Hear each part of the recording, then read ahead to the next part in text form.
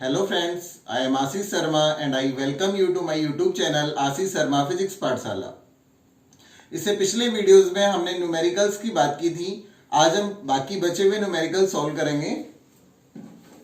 So question number first is, वायु में एक दूसरे से 30 सेंटीमीटर दूरी पर रखे दो छोटे आवेशित गोलों पर क्रमशः 2 × 10⁻⁻7 कूलम एवं 3 × 10⁻⁻7 कूलम आवेश है, इनके मध्य बल ज्ञात कीजिए। लास्ट क्लास में मैंने आपको बताया था न्यूमेरिकल का सबसे आसान फंडा है। आप ये देखिए कि क्वेश्चन में क्या दिया हुआ है और हमें क्या ज्ञात करना है। तो यहां पे हमें क्या दिया हुआ है, Q1 की वैल्यू गिवन है 2 × 10⁻⁻7 coulomb.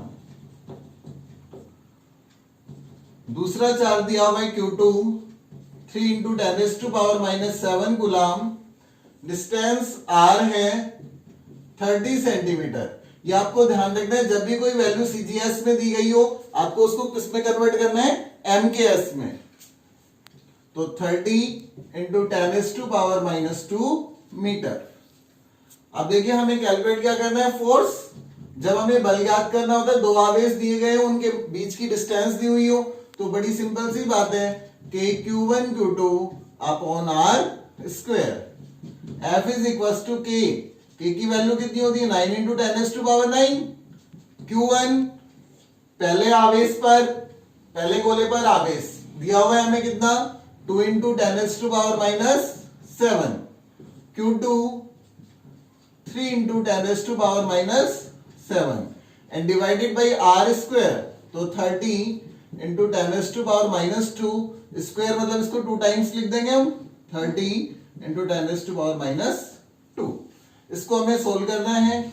F is equal to, देखिए यहां से एक 0 ये और एक 0 ये, तो ये दोनों मिलके 10⁻2 को कैंसिल कर देंगे एक को, और यहां से ये हट जाएंगे। 3 × 3 9, 9 से 9 आपका कैंसिल। 2 × 3 कितना आ गया आपके पास 6। अब हम 10 पावर देखेंगे, ये -2 जब हम इसको ऊपर लेके जाएंगे तो +2 कितना हो गया 10⁻11 एंड दिस -7 एंड -7 -14, तो कितना बच गया यहाँ पे आपके पास 10 पावर, ये आपके पास प्लस का 11 है और माइनस का आपके पास 14, तो कितना बच गया 10⁻³ और उसके बाद इसकी यूनिट लगाना आपको नहीं भूलना है। फोर्स है तो यूनिट क्या आ जाएगी आपके पास, न्यूटन। नेक्स्ट क्वेश्चन देखिए,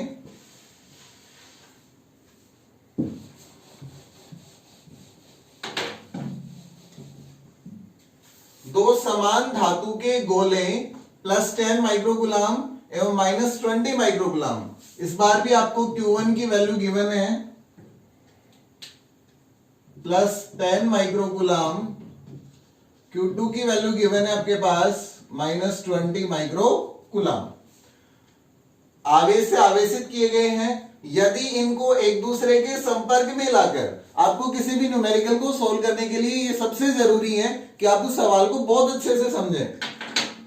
तो क्या कह रहे हैं कि एक दूसरे के संपर्क में लाकर अलग कर दिया जाए और पुनः उसी दूरी पर रख दिया जाए, तब दोनों अवस्थाओं में बल का अनुपात ज्ञात कीजिए। दोनों अवस्थाओं में कौन सा, एक संपर्कन से पहले एक संपर्कन के बाद। तो पहले अगर हम बल की बात करें तो फोर्स कितना होगा, F is equal to K। Q1 की वैल्यू कितनी है 10 माइक्रोकूलम, माइक्रो मतलब 10⁻⁻6 into -20 10⁻⁻6 divided by R square. अब R की वैल्यू गिवन ही नहीं है तो हम R स्क्वायर लिख देंगे। Let's suppose this one is equation number first. बाद में क्या होगा देखिए, F जब हम इसको संपर्कित करवाते हैं तो संपर्कन पर Q1 पे कितना था आपके पास, पहले +10 था और Q2 पर कितना है -20। अगर इन दोनों को हम ऐड करें तो रिजल्टेंट कितना आ रहा है आपके पास, Q1 + Q2 is equal to -10 microcoulomb. तो यहां पे Q1 डैश कितना बच जाएगा आपके पास, -5। भाई रिजल्टेंट जो चार्ज है ये आ रहा है आपके पास। अब ये दोनों गोलों पे क्या हो जाएगा, आधा आधा।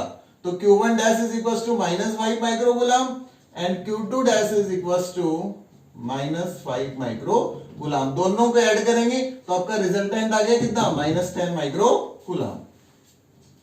सो F dash is equal to K -5 into 10 raised to power -6 and -5 into 10 raised to power -6 and R square. This is equation number 2. अभी हमें दोनों अवस्थाओं में बल का अनुपात ज्ञात करना है। That means we have to find the value of F upon F dash. इसके लिए हम क्या करेंगे, इक्वेशन फर्स्ट को इक्वेशन सेकंड से क्या कर देंगे, डिवाइड कर देंगे। समीकरण 1 में समीकरण 2 का भाग देने पर देखिए क्या आ जाएगा आपके पास, F upon F dash is equal to K 10 into 10 raised to power -6 minus 20 into 10 raised to power -6 upon R square divided by K minus 5 into 10 raised to power -6 minus 5 into 10 raised to power -6 and divided by R square. तो K से क्या क्या हो जाएगा, cancel out. R square से R square, 10 raised to power -6 से 10 raised to power -6, यहाँ भी 10 raised to power -6 से 10 raised to power -6। F upon F dash is equal to 10 को -20 से मल्टीप्लाई करेंगे तो -200 और 5 को 5 से करेंगे 25, लेकिन कैसा आएगा, प्लस का। -5 को -5 से करेंगे तो +25। अब जब हम 200 को 25 से डिवाइड करेंगे तो क्या आएगा आपके पास, -8 अपॉन 1। तो आप क्या लिख सकते हैं यहां से कि F ratio F dash is equal to -8 ratio 1। That is the answer.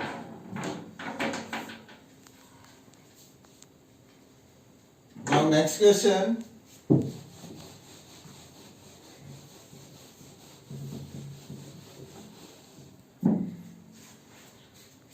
Small a भुजा वाले समबाहु त्रिभुज के किसी बिंदु C पर आपको क्या ज्ञात करना है, विद्युत क्षेत्र ज्ञात करना है। या आपको कोई समबाहु त्रिभुज दिया हुआ है, इस पॉइंट A पर कोई Q चार्ज है, इस पॉइंट B पर भी Q चार्ज है, और इन दोनों चार्ज के कारण पॉइंट C पर आपको इलेक्ट्रिक फील्ड इंटेंसिटी कैलकुलेट करनी है। तो देखिए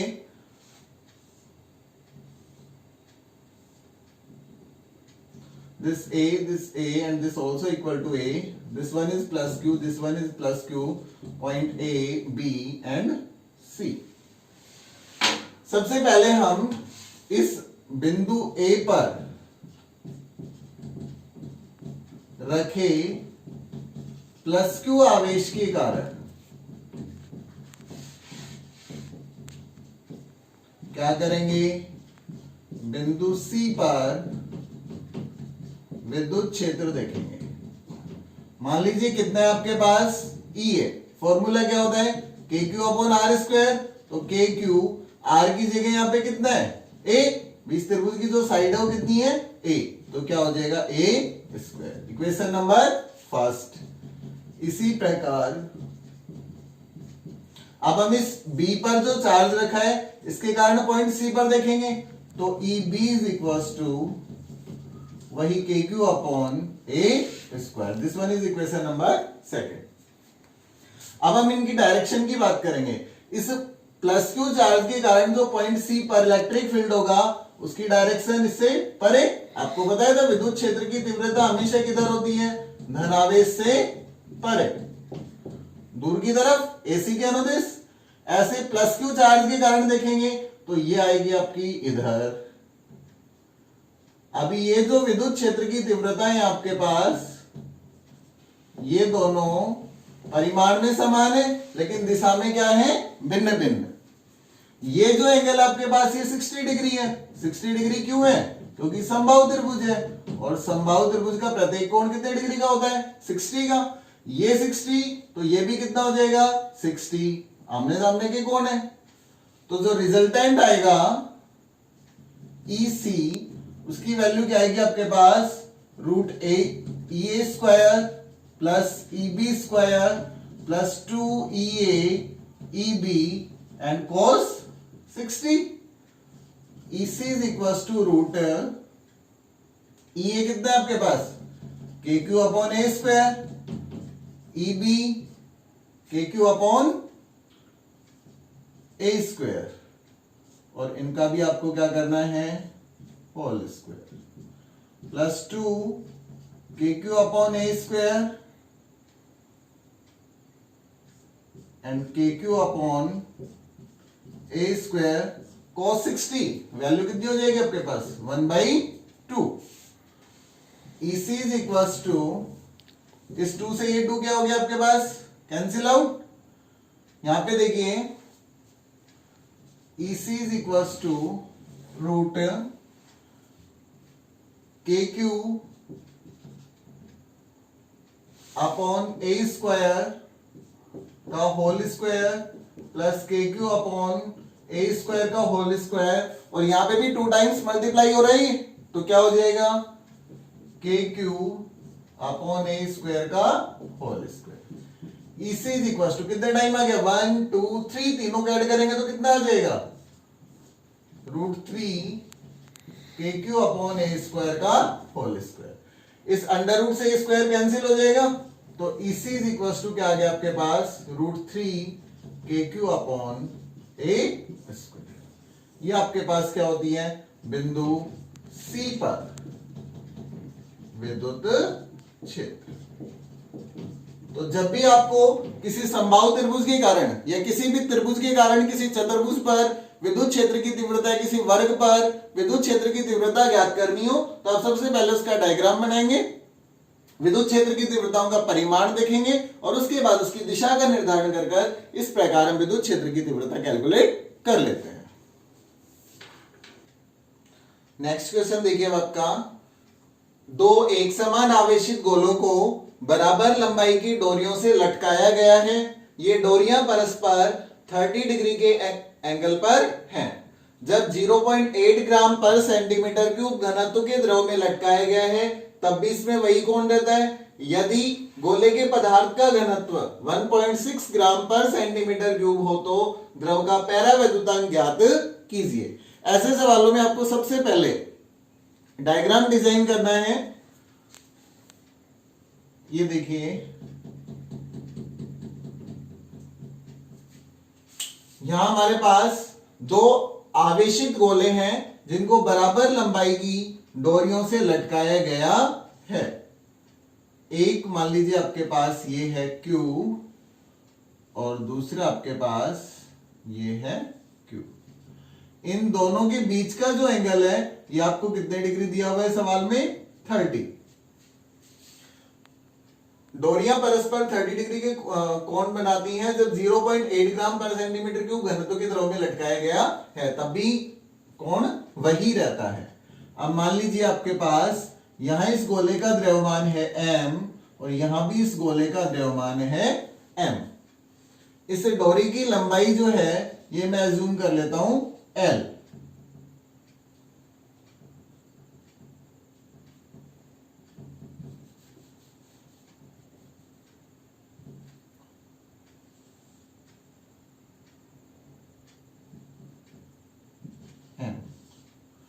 अब ये दोनों लंबाई बराबर है, इसका मतलब ये एंगल भी आपके पास कितना 15 और ये वाला एंगल भी कितना आपके पास 15. ये इसको बाइसेक्टर कर देगा, 2 भागों में बराबर बांट देगा.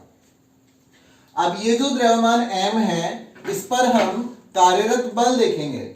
इन दोनों के बीच में एक समान आवेश से आवेशित है, तो इन दोनों के बीच में कौन सा बल लगेगा, प्रतिकर्षण बल. कौन सा बल लगेगा यहां पे आपके पास, प्रतिकर्षण बल. मैंने मान लिया इन दोनों के बीच की जो डिस्टेंस है दैट इज r. हर बार की तरह हमने क्या मान लिया, r. अब हम इस पर बल देखते हैं कौन कौन सा लग रहा है. ये द्रव्यमान m है तो ऑब्वियसली नीचे की तरफ एक भार बल काम करेगा, कितना, W बराबर mg. इस भार बल को संतुलित करने के लिए इधर की तरफ तनाव बल काम करेगा T, और इस द्रव्यमान m पर इधर की तरफ क्या लग रहा है आपके पास, प्रतिकर्षण बल लग रहा है, दोनों एक दूसरे को दूर भगा रहे हैं, तो यहां पे कौन सा फोर्स है आपके पास, F। अब हम क्या करेंगे, अब भी ये क्या है संतुलन अवस्था में, तो इसकी संतुलन अवस्था के लिए देखिए हम क्या करेंगे, यहां पे ये जो तनाव बल है ये इसके साथ थीटा कोण बनता है, और इस थीटा की वैल्यू कितनी है आपके पास 15। देखिए ये एकांतर कोण बन रहा है आपके पास, ये जेड बन रहा है जेड, ये वाला कोण कितना है 15, तो ये वाला कोण भी कितना होगा आपके पास 15। अब हमें यहां तनाव बल T को घटकों में वियोजित करना है, जब हम घटकों में वियोजित करेंगे तो थीटा की तरफ, इस तनाव बल का ये थीटा की तरफ है, तो थीटा की तरफ वाला घटक तो आपके पास हमेशा क्या आता है T cos थीटा, उसको हम cos थीटा लेते हैं, और ये इसका ऊर्ध्वाधर घटक है, इसे हम क्या लेंगे T sin थीटा। अब यहां ये जो T cos थीटा है ये इसके भार बल को संतुलित कर रहा है, और ये जो आपके पास तनाव बल का ऊर्ध्वाधर घटक है ये इस प्रतिकर्षण बल को संतुलित करता है। तो देखिए संतुलन अवस्था में क्या होगा आपके पास,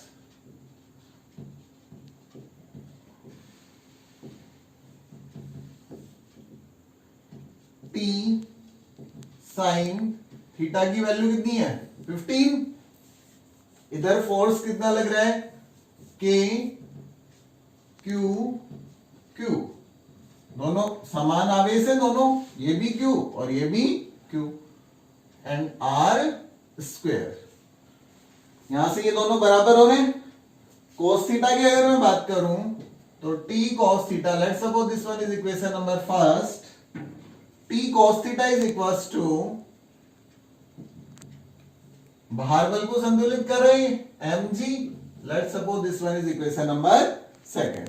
अब हम क्या करेंगे, समीकरण 1 में समीकरण 2 का भार देने पर जब हम इस इक्वेशन को इससे डिवाइड करेंगे तो t से t तो कैंसिल हो जाएगा, और यहां पे आप थीटा की वैल्यू 15 लिख सकते हैं, साइन अपॉन कोस क्या आ जाएगा आपके पास 10, tan 15 इज इक्वल्स टू क्या आ गया KQ square R into mg, let's suppose this one is equation number third. अब हम क्या कर रहे हैं, इसको जब 0.8 ग्राम पर सेंटीमीटर क्यूब घनत्व के द्रव में लटकाया जाता है, अब हम क्या करेंगे, इसको द्रव में, यहां पे आप K की वैल्यू भी लिख सकते हैं, K की वैल्यू कितनी आएगी 1/4πε0, क्योंकि अभी ये निर्वात में है, R square into mg, let's suppose this one is equation number third. चूंकि द्रव में डुबोने पर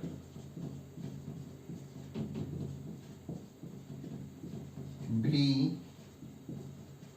कोण वही रहता है, जब ऐसी स्थिति है तो आपके पास अगेन जो tan 15 की वैल्यू आएगी, क्योंकि एंगल तो अभी वही है, तो कितना आ जाएगा आपके पास 1/4πε0, और साथ में क्या आ जाएगा एप्सिलॉन r। हमने मान लिया कि माना द्रव का पैरावैद्युतांक कितना है एप्सिलॉन r है, और एप्सिलॉन r को आपको बताया था हमेशा एप्सिलॉन नॉट के साथ मल्टीप्लाई करते हैं, तो 1/4πε0 into epsilon r, Q square ऐसे कैसे, आर स्क्वायर पर कोई इफेक्ट नहीं पड़ रहा, मास m भी ऐसे कैसे, लेकिन इस बार गुरुत्वीय त्वरण g की वैल्यू कितनी हो गई g डैश, क्योंकि द्रव में तो माध्यम है, गुरुत्वीय त्वरण की वैल्यू चेंज होगी, तो द्रव में गुरुत्वीय त्वरण कितना हो गया आपके पास g डैश। यहां से जो g डैश की वैल्यू आएगी आपके पास, या अभी आप let's suppose this one is equation number fourth, यहां भी tan 15 है, यहां भी tan 15 है, दोनों को एक साथ कंपेयर कर लें तो q square upon 4πε0 R square M G is equals to 1/4 pi epsilon R Q square R square and M G dash. क्योंकि सवाल क्या कह रहा है, दोनों स्थितियों में कोण वही है। अगर दोनों स्थितियों में कोण वही है तो हम दोनों को क्या कर लेंगे, बराबर रख लेंगे। क्यू स्क्वायर से Q square cancel out, 4 pi epsilon not से 4 pi epsilon not cancel out, R square से R square cancel out, M से एम कैंसिल आउट। बच क्या गया, यहां पर तो 1/g और यहां पर आ गया आपके पास 1/एप्सिलॉन आर एंड जी डैश। इसको यहां ले आऊं मैं तो ये आ जाएगा आपके पास epsilon are is equal to cross multiply करेंगे जी अपॉन जी डैश। अब आपको जी डैश की वैल्यू देखनी है। जी डैश की जो वैल्यू ही होगी आपके पास जी 1/d द्रव अपॉन डी ठोस। डेंसिटी है, उसका घनत्व है। ये वैल्यू जब मैं यहां रखूंगा तो epsilon are is equal to g upon g dash की वैल्यू यहां रखूंगा जी 1 माइनस डी द्रव अपॉन डी ठोस। जी से जी कैंसिल आउट, यहां से एलसीएम आ जाएगा तो epsilon are is equal to 1 d ठोस एंड डी ठोस माइनस डी द्रव। तो epsilon are is equal to ये डी ठोस ऊपर आ जाएगा, डेंसिटी ऑफ ठोस अपॉन 1 माइनस डी ठोस माइनस डी द्रव। अब हम इसकी वैल्यू सब्स्टिट्यूट कर लेंगे। डी ठोस, ठोस का घनत्व तो कितना दिया हुआ है आपके पास 1.6 माइनस डी द्रव कितना दिया हुआ है 0.8, तो कितना आ गया 1.6 अपॉन 0.8। कितनी बार आ जाएगा 2 टाइम्स, तो आपके पास एप्सिलॉन आर कितना आ गया 2। इसका मतलब पैरावैद्युतांक कितना आ गया 2। एक बार फिर से समझिए, हमने इसको घटकों में वियोजित किया। साइन थीटा बल को संतुलित कर रहा है, कोस थीटा भार को संतुलित कर रहा है। जब हम समीकरण 1 में 2 का भाग देके tan 15 ले आए, K Q square upon R square M G आ गया। अब हम क्या करेंगे, द्रव के लिए करेंगे। द्रव के लिए करेंगे तो कोण वैसे की वैसे है, सिर्फ जहां एप्सिलॉन नॉट आ रहा था वहां क्या आ जाएगा साथ में एप्सिलॉन आर, क्योंकि माध्यम में और माध्यम में बल 1/एप्सिलॉन आर गुणा हो जाता है। जहां जी आ रहा था वहां क्या आ गया जी डैश, क्योंकि द्रव में गुरुत्वाकर्षण त्वरण का मान भी चेंज होगा। अब सवाल कह रहा है कि दोनों स्थितियों में कोण बराबर है, तो हम दोनों इक्वेशनों को क्या करते हैं इक्वल रखते हैं। तो 1/g इज इक्वल टू 1/एप्सिलॉन R into G dash. G dash की जो वैल्यू होती है ये आपको याद रखना है, ये फॉर्मूला होता है, ये आपको लर्न कर लेना है कि G dash is equal to G into 1 minus density of liquid upon density of solid. इसको आप सोल्व करेंगे, वैल्यू आपको दी हुई है, epsilon are is equal to कितना आ जाएगा 2। ऐसा ही एक सवाल और है हमारे पास, उसको समझिए।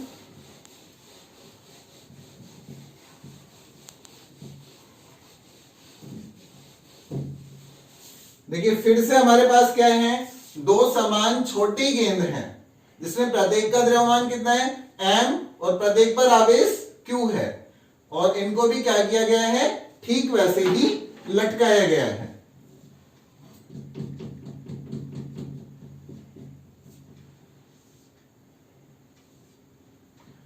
ये स्मॉल m और ये भी स्मॉल m। ये जो डिस्टेंस है ये L और ये भी डिस्टेंस कितनी है आपके पास L। वही प्रतिकर्षण लग रहा है इस बार भी। ये जो डिस्टेंस है ये x है और यहां क्या कर रहा है प्रतिकर्षण बल कार्य कर। हमें इस बार क्या करना है, साम्य अवस्था में ये जो एंगल है 2 थीटा, ये एंगल थीटा दिया हुआ है और ये एंगल भी कितना दिया हुआ है थीटा। इस बार हमें क्या करना है, साम्य अवस्था में इन दोनों गेंदों के बीच की दूरी x हमें क्या करनी है, कैलकुलेट करनी है। अगेन हम क्या करेंगे, घटकों में वियोजित करेंगे, देखेंगे कौन कौन से बल लग रहे हैं। तो नीचे की तरफ W is equal to mg, इधर आपके पास कौन सा बल कार्य करेगा, तनाव बल T। इधर की तरफ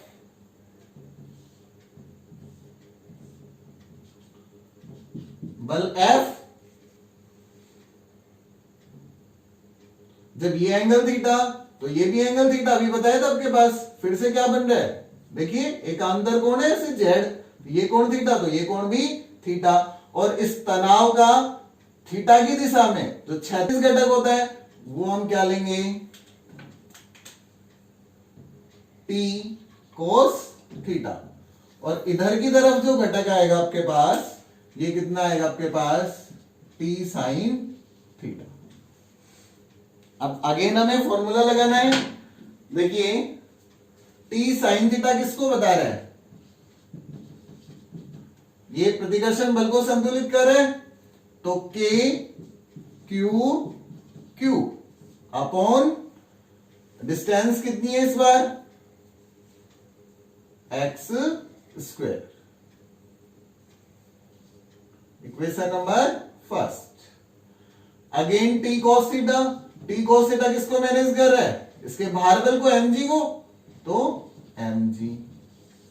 समीकरण एक में दो का क्या देना है हमें, भाग। क्या आ जाएगा, टी से T cancel, tan theta, tan theta is equal to के Q square upon x square into M G. अभी हमें क्या करना है, L के पदों में इस x का मान ज्ञात करना है। तो थीटा का मान अति अल्प है, यदि थीटा अति अल्प हो तो, अगर थीटा अति अल्प है तो tan थीटा को मैं अप्रोक्सीमेट इक्वल मान लूंगा किसके, साइन थीटा के। ये जो पॉइंट है ये मान लीजिए आपके पास A है, ये B है, ये C, और ये कोई पॉइंट है आपके पास O।